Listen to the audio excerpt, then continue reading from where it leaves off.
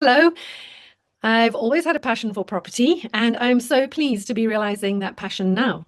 But more importantly, I've had the invaluable opportunity of working extensively with Ben Hollingsworth and learning directly from his vast experience. Through our work, we've identified some truly fantastic investment opportunities which are available right now. And if you're currently looking for a better return on your savings than what traditional options might offer, then you'll want to hear from Ben directly himself. He'll share his journey and his achievements that enable us to bring these unique opportunities to you. So, Ben, welcome to Thank you. this meeting. It's a pleasure And to be I here. wondered if you would tell us who you are. Well, you've said my name, Ben Hollingsworth. I was lived in several different places, but predominantly from Newport in South Wales, which I'm quite lucky. It's the investment hub of the United Kingdom, so the job fits well with the location where I'm hail from. So that works particularly well for us. Always been involved in property. My dad's a chartered surveyor and had estate agencies when I was growing up. So pretty much property has been my life, if that answers your question. Yeah, great. So that's why you have such great experience right from childhood, practically, huh? It was. I tend to forget a lot about it, and I'm trying to regurgitate it because as a child I found it very, very boring. Going around shops and factories and warehouses, it was really, really boring. But I think as a child, you're very absorbent of knowledge. So I think I picked up a lot of knowledge, and I've just tried to get the carousel to rotate and obviously bring that knowledge back out again in later years. So yeah, it works really well for me, to be fair. Great. So can you tell us or explain to us what you've actually done in property, Ben? Yeah, well, when I left school, everybody assumed that I'd go and work for the family business, the estate agency. But I had other plans. I decided that I was going to become a car salesman. So that's what I did. So that was quite brief. That was quite a brief. It was a sort of career choice that I didn't think would end up like it did. I just envisaged it being driving around in flash cars all day, but it wasn't. It was very hard work, and I found the hours to be quite excessive. And I was looking towards the people who were driving these nice cars. A lot of them worked in property, so I kind of drifted towards what the family tradition was. And in my early 20s, I went to London. I trained to be an estate agent in West London, covering Ealing, Acton, and Chiswick. I then returned to Wales, my homeland. I couldn't stay away from here for too long, so I returned to Newport, and I've worked in property auctions. I've worked in property finance, had a finance brokerage, so covered commercial, residential, and obviously things like bridging finance and insurance products too. So I got a good understanding of the mechanics of the property finance, which is essential in everybody's property journey. I set up an investment consultancy, as I called it back then. Today, one would call it a sourcing business, and that was 11 years ago now, I think, before anyone else was doing it. Now, every man and his dog is a property sourcer. But back then, I was the first person doing it in Wales. And it worked well because I had a lot of connections in London, and these connections wanted to invest in Wales because they were getting far more bang for their buck in Wales. So, literally, with us having the estate agency here as well, it made the job particularly easy for me. So, that worked really, really well. And the past 7 to 8 years, I've been doing the most enjoyable thing ever, and that's been mentoring, coaching, and teaching people the rudiments, the strategies of property investment and development, working one to one, side by side with people, and making people millionaires. It's worked well. It really has done. Fantastic. So that's why I'm so excited about my journey with you, Ben. Great, and it's going well. We're doing well. We're doing well. So you've been in property quite a long time then. How long exactly, Ben? Well, it's actually more than 25 years now because I was in my early 20s when I first entered property in West London by myself, my own little venture going into to train as an estate agent up until present day. So yeah, it's Mm. been just over 25 years now. So yeah, quite a long time there. So what would you say your best achievements have been? That's a good question because sometimes when you ask a person that, they want to tell you about the biggest, the most profitable, and what have you. And to me, it's not really those. I mean, we've done big developments and we've done plenty of flips and we've made lots and lots of money over the years. But what I'd say my best achievements are the things that have made me the happiest personally, the things that have given me the biggest uplift, have been watching other people succeed. People who've never worked in property before come to me, learn about property, work with me, follow the system that we have in place, and then implement it with me by their side. And of course, that has been a consistent way that we have achieved the results that we have achieved. And to me, seeing other people become successful, that has to be the biggest achievement, which I could tell you about. That's fantastic. It just reminds me of, teaching yoga and Yeah, how it's such a joy when you see your students actually just blossom and grow and become so fully aware of their bodies and who they are and what they can achieve. So, indeed. And it's the same kind of development. I mean, we're talking about the human body. We're talking about turning an ugly duckling, aka an old property, into a beautiful Swan, your health, well-being, yoga, etc. It's all a very similar thing, but watching the success and the joy of other people brings you joy yourself. Yeah. That's really important on this journey. Yeah, very. It's very important that. Mm, so can you explain a little bit how, these fantastic investment opportunities are identified and selected? Yes, we've got a team here in Wales. So we work together. Obviously, you and I are working together closely now. And that means that we're using our vast experience. And that's one thing that is invaluable in property investment and development. So what you're basically doing, when I say experience, you're learning from my mistakes that I've made in the past. And when we look at what we're doing, we are looking at the best kind of investment vehicle. So what's the best property? Is it a flat? Is it a house? Is it an HMO? Is it a service accommodation offering? Is it a block of multiple occupation units? Whatever it might be. Okay, so we look at that first and foremost. Then we look at the areas. South Wales is really important. It was based upon the Industrial Revolution and coal mine. That's where all the towns came from. Previously, it was very, very sparsely populated. It was obviously agricultural land. But when the Industrial Revolution and coal mining came, wow, all the people came and they had to be housed. So we built all these villages, these towns, these hamlets. They all look identical. Some of them have got fantastic road networks and communication links and railway stations. Others haven't. So when the mines went, the hammer fell in the late 80s, early 90s, and literally the mines were wiped out. And that wiped these communities out because, of course, everybody in these villages and towns, they all worked in the local mine in some capacity. So complete families, multi-generations of families were wiped out for income. It became very desolate here. And what happened as a result of that is people had to go and find work elsewhere. Okay, they brought a lot of industry to the area, but there was nothing like what it was before. At the peak in the early 1900s, there was 2,000 coal mines in Wales. And the average coal mine had about 1,000 employees. So you can imagine what that was like. And when that goes, literally overnight, it wipes things out. So the towns and villages that survive are the ones that have good transport networks, but they all look the same. So when you look at a traditional valleys town, you've got row upon row of what I call miners' cottages, the 2 and 3 bedroom terraced houses, really well built, fantastic little properties, great for investment. Then you've got the massive pub on the end. Now that massive pub's either become flats now or it's been derelict because it's no longer being used. And you've got a couple of shops. Most of the shops have been bricked up and they've now converted back into houses. And of course, everybody travels for work. Whereas before, everybody was in these towns and villages. They would stay there. They had everything they needed there. They go for a 1 week holiday in Barry each summer, but they didn't care that they were cut off. Today, it matters massively. So the towns that have survived and thrived are the towns and the villages that have great transport networks, good dual carriageways, easy access to Newport, to Cardiff, to the M4 motorway, train links to Newport and Cardiff. They are the places that have really thrived. The ones that are cut off have become stagnant. A lot of unemployed people, very low amounts of owner-occupiers in homes in these particular areas. And that leads to, unfortunately, a poor calibre of tenant. So we've got no opportunity to flip properties and we've got troublesome tenants. Now, I'm probably going to get in trouble for saying that, but we have got troublesome tenants in some of these areas. So what we need to look at is key areas that are thriving and are vibrant, so we get a good calibre of tenant, and we can also make profit from flipping property. So we have the expertise for these particular areas, from trial, from error, from experience.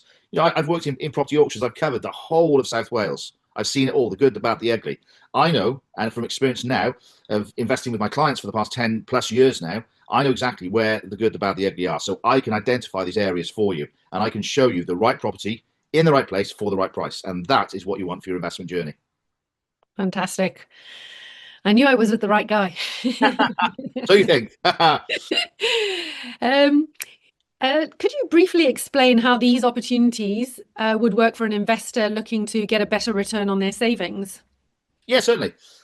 It's funny how so many people, they don't think they amass savings through their business, their work, their job, inheritance, whatever the case is, and they don't really know what to do with these savings. So we're not educated, are we, in schools and universities? They don't teach us how to invest our money. So we rely upon the information out there, and we look at these different investment vehicles, and we look at the stocks and shares, and we may think, oh, it's a bit volatile. I don't know enough about it. I could lose my money. We look at cryptocurrencies. Now, cryptocurrencies, I'm going to get shot down again for saying this, but if you can't tell me who owns Bitcoin or where the company originates and what we're putting money into, where it's from, then to me, that rings major alarm bells. Now, I know a lot of people made a lot of money out of these investment vehicles, but they're not for me because they're not safe enough. Bricks and mortar is perfectly safe. You can go, you can feel, you can touch, you can smell your terraced house in the valleys. It's there, it's tangible. And that's what makes it a good investment vehicle for me. But so many people, they do not know about any of these, and they have obviously preconceptions about every sort of investment. So they end up leaving their money in the bank, and of course the bank is not going to pay them a good rate. So quite often people have got money in their savings accounts and it's going backwards. Inflation, we all know inflation has been quite high recently. Inflation's up there, and of course their savings are down here, and their £100,000 in savings, let's just say, in 10 years' time, could be worth £75,000 in real terms. And that's not good for them. So what they need is they need a safe and secure vehicle to invest in that will give them a good return, and it will also give them comfort. So what we tend to find is that by going for example, a joint venture partnership. So somebody could come to you, Kari, and say, listen, I've got some money, Kari. I really don't know what to do with it, but I don't want to risk it. I want something that's safe. And you, like I, and working with us as a team here, have got what we need to offer that candidate a really safe and, above all, a good return. It's not going to be the best return out of all the different strategies, but ultimately it's going to be a safe return, which is what people want. So, for example, typically, if you went into a joint venture partner, just talking about experience from what we've offered people, people would be looking to achieve on their savings with us between 20 to 25% return on investment per annum. Now, that is typically 5-6 times higher than the high interest rates that most savings institutions in the UK will offer you today, even the ones that want to lock your money in. So have a look at what you've got, have a look at what you're getting for it, and if it is below 20%, you need to be contacting Kari. She will show you a safe, secure, and better way to move this on forward. Yeah, thank you, Ben. Yeah, I'm looking forward to it. What makes this opportunity credible and serious? The opportunity is credible and serious because of the longevity of what we're doing. Property investment and development has been around since, I don't know, the Egyptians were trading pyramids or whatever they're doing, the pharaohs. It's something that's not new. It's not a new strategy, and it's a strategy that we're going to need forever. I love new technology, and I love looking at AI and these new robots that Elon Musk has created. I was watching one dancing last night. I thought that's phenomenal. That's the future, but AI cannot create a house for people to live in. It can help with all the other things around. It can help to build a house. It can help to plan, to develop, to the systems in place. Yes, AI is massive in that, but it will never be a house. It will never be a building. It will never be shelter and warmth for a family. So I foresee that property investment and development has got a massive history, and there's a certain theory, I forget the name of it now, but things that have been around for a long, long time tend to be around for a long, long time in the future. And that's something, it's very secure. Now, when you put your money into a property in the United Kingdom, everybody complains about our conveyancing system being too antiquated, taking too long, too much hassle, but it's very thorough. So you know that when you buy a property through a solicitor, you are secure. If anything goes wrong, the solicitor will have to take the rap for it if they've made any sort of mistake or error along the way. So you put your money into bricks and mortar. You can go, and like I said earlier, you can see it, you can feel it, you can touch it. It's there, it's tangible. You own that land and you own that property. What happens if it gets set on fire or lightning strikes it or it floods? You've got an insurance policy. You've got a government underwritten insurance policy with a major insurance company that will pay out. So for any collateral damage to that property, you will be paid out. Likewise, if you put a tenant in there, oh, what if the tenant trashes it? I've got to refurbish it. We have insurance policies that cover us for tenant malicious damage. On the program, if you work with us, you will get access to everything that we use, our tried and tested systems that are in place to ensure a secure and safe investment for you. You will always own, if you put your money into property, you will always own that land, you will always own that property. And if any damage happens to that property, we're insured for it. Now, if people say, what if we have, some people have been waiting for this crash for the last 10 years and it hasn't happened, guys. Now, we are at some point going to get what they call a crash or reset or credit crunch, whatever happens. That's going to happen at some point, okay? It's only going to be mild because we've learned from the previous ones that have happened to us, and we're not going to make the same mistakes again. As you know, mortgage lending is not like it used to be, and all the factors that led up to the 2008 credit crunch, they're not going to happen. In 1991, and the recession now, and they put the interest rates up to 15%, the government have learned from that. The Bank of England are not going to do that again. All these things have been learned lessons for us, but it's inevitable, and the economists will tell you we will have a crash again. Since records began, house prices have doubled every 10 years. It's not a straight graph because obviously we have booms and busts. So it's a bit of a wiggly graph. So if, for example, we do have you buy a house tomorrow and then the following day we enter the next crash, don't worry about it. In times like that, the rental income for these properties soars because the demand also soars. We're in a rental crisis at the moment, but it'll get even worse. So your properties with the laws of supply and demand will become more valuable. Okay, even though the value's dropped, it's a more valuable proposition. And all you have to do is keep renting it. If you've got a mortgage on it, keep paying the mortgage. And then when we come out of this recession and if we reset and we start the upward trajectory once more, your property's going to be worth more than when you bought it again. So we're going to keep going up and up. So it may drop. Don't worry about it. Just keep it, hold it. You won't do anything with that money anyway. You're not going to put it back in the bank and get 4% per year when you're getting 10% from here. So literally, put the money into the property, trust in this. If we do have one of the little blips or a world war or a recession or whatever happens there, yes, it may drop, but it will always recover and it will always go higher and higher and higher. And you look where you'll be in 10, 20, 30 years' time. When's your retirement? Think about that. Wouldn't you like to have a profitable property portfolio? Yes, you have got to manage it. There's no such thing as a passive income, but it's going to take you probably 2 hours. If you have the right people in place that we can recommend for you, again, tried and tested professional services people, you can build that property portfolio in just a couple of hours a month. You have to put your camper van over in Europe and spend a couple of hours going through your laptop in the south of France or in southern Spain or wherever you happen to be in Europe. And you spend a couple of hours per month, but you've got a consistent an income that means you can travel for months on end in your camper van. You can sail off in your boat. You can fly off to a whatever you choose to do. You can do that because you've got the flexibility because you put the work in now. If you're not involved in property or you do want to become involved in property, I would recommend that you contact Kari today because she will be able to tell you exactly how she can help you achieve what you need to.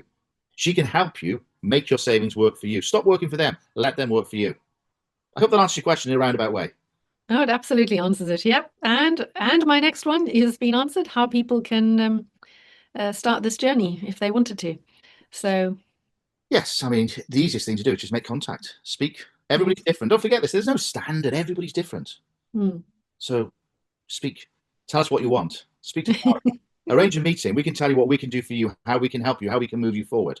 And you can tell us what you want so we can connect that journey for you. And that's the easiest way to do it. Fantastic. Oh, well, Ben, that's wonderful. That's why I've got into property, because you're here and guiding me every step of the way. So fantastic. Thank you. And you're certainly going to be a very good person to work with, Kari, because you've done excellent work so far. And, you know, just the credibility of having to work with somebody like you is going to give a lot of people the confidence they need to become involved in property. So like I say, don't wait. With property, you don't want to wait to buy. You want to buy and wait and watch your investment skyrocket. So yeah, get in touch with Kari today, guys. I would highly recommend it. Thank you, Ben. Thank you. We'll see you soon.